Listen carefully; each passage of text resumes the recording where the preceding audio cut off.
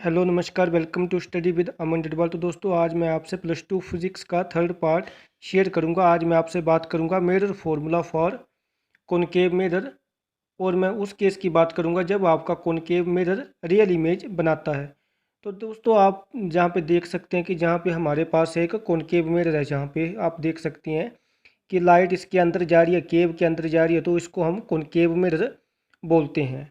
और देखो, हमें जब कॉनकेव मिरर में जब हम रियल इमेज बनाते हैं तो उसके लिए हमें ऑब्जेक्ट से कुछ रेज निकालनी पड़ेंगी। तो आप यहाँ पे देख सकते हैं कि ये हमारा ऑब्जेक्ट है ए बी, और इस ऑब्जेक्ट से हमने पहले एक रे निकाली वो जो पैरेलल गई प्रिंसिपल एक्सिस के।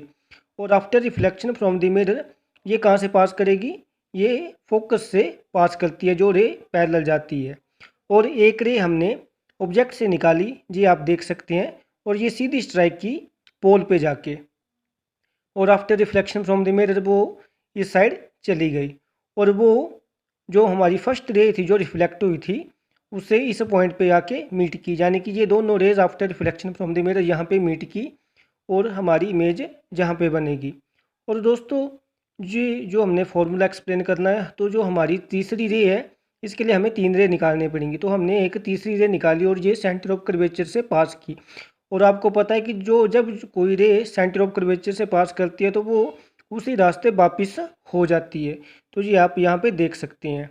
तो दोस्तों देखो कि जो ये तीनों रेज जो हमने निकाली जी after reflection from the mirror, ये meet at a common point. और जिस पॉइंट पे ये मिल रही है ना, यहाँ पे हमारी इमेज बन रही है, आप इसको देख सकते हैं।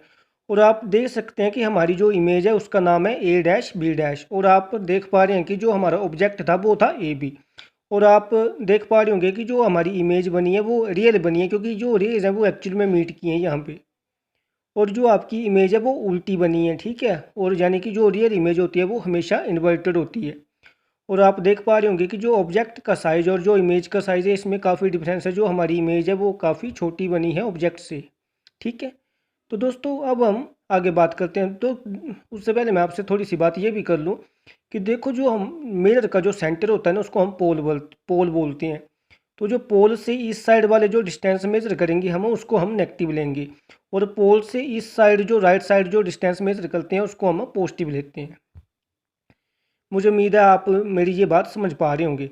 तो देखो, जो पोल से जो ऑब्जेक्ट है हमारा ए बी, इसका जो डिस्टेंस होता है इसको हम यू मानते हैं। और जहाँ पे इमेज बनी है ना उसको हम पोल से उस डिस्टेंस को हम बी मानते हैं। देखो, हम पोल से लेफ्ट साइड जा रहे हैं ऑब्जेक्ट के केस में भी और इमेज के केस में भी, तो हम ऑब्जेक्ट का डिस्टेंस भी माइनस में लेंगे और इमेज का डिस्टेंस भी माइनस में लेंगे, ठीक है। अब हम आगे बात करते हैं। हमने मिरर फॉर्मूला ड्राइव करना है, तो उसके लिए हमें अब कुछ बात करनी पड़ेगी। तो देखो, सबसे पहले हम बात कर रहे हैं यहाँ पे कि जो हमारे ट्रायंगल हैं ए बी सी और triangle A dash B dash C are similar. तो दोस्तों, जहाँ से जो ट्रायंगल है हमारे ए बी और सी, और ट्रायंगल मेरा कौन सा ए डैश बी डैश और सी, बोला जा रहा है कि ये दोनों ट्रायंगल सिमिलर हैं, ठीक है। तो देखो, इन्हीं ट्रायंगल की कॉपी मैंने यहाँ पे बनाई है। तो आप देख सकते हैं कि यहाँ पर भी एक 90 डिग्री का एंगल है, यहाँ पर भी एक 90 डिग्री का एंगल है। और देखो, ये पॉइंट सी पे आप अगर आप देख पा रहे होंगे तो जो वर्टिकली अपोजिट एंगल होते हैं वो एक दूसरे के बराबर होते हैं। तो देखो, ट्राइंगल जो मेरी ए बी सी है और जो मेरी triangle A dash B dash C है, इनमें दो ट्राइंगल तो सिमिलर हैं। और आपको पता होगा कि जो ट्राइंगल होती है उसके जो तीन एंगल होते हैं उनका सम 180 होता है। तो अगर दो एंगल सिमिलर है तो तीसरा एंगल भी सिमिलर ही होगा, यानी कि ये दोनों ट्राइंगल्स एक दूसरे के सिमिलर हैं। तो उस केस में हम इनकी क्रॉसपोंडिंग साइड होती हैं उनकी रेशो भी सेम होती है, ठीक है। तो हम इसको कैसे लिख सकते हैं?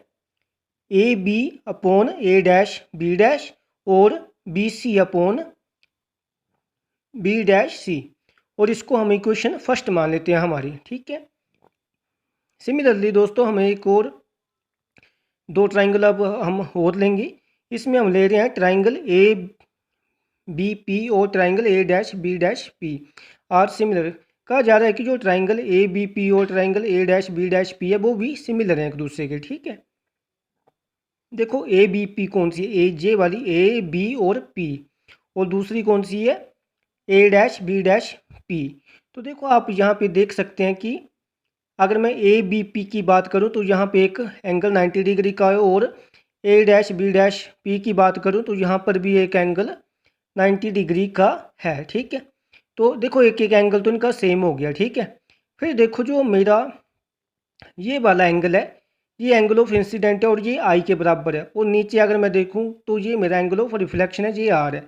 तो यानी कि जहाँ से, और आपको पता है कि एंगल ऑफ इंसिडेंट और एंगल ऑफ रिफ्लेक्शन भी बराबर होते हैं, तो जहाँ से इन दोनों ट्राइंगल के भी दो दो ट्राइंगल बराबर, दो दो एंगल बराबर हो गए, यानी कि ये ट्राइंगल भी आपस में सिमिलर हैं। ठीक है, तो इसको हम कैसे लिख सकते हैं, A B upon A dash B dash B P upon B dash P. तो इसको हम इक्वेशन सेकंड मान लेते हैं।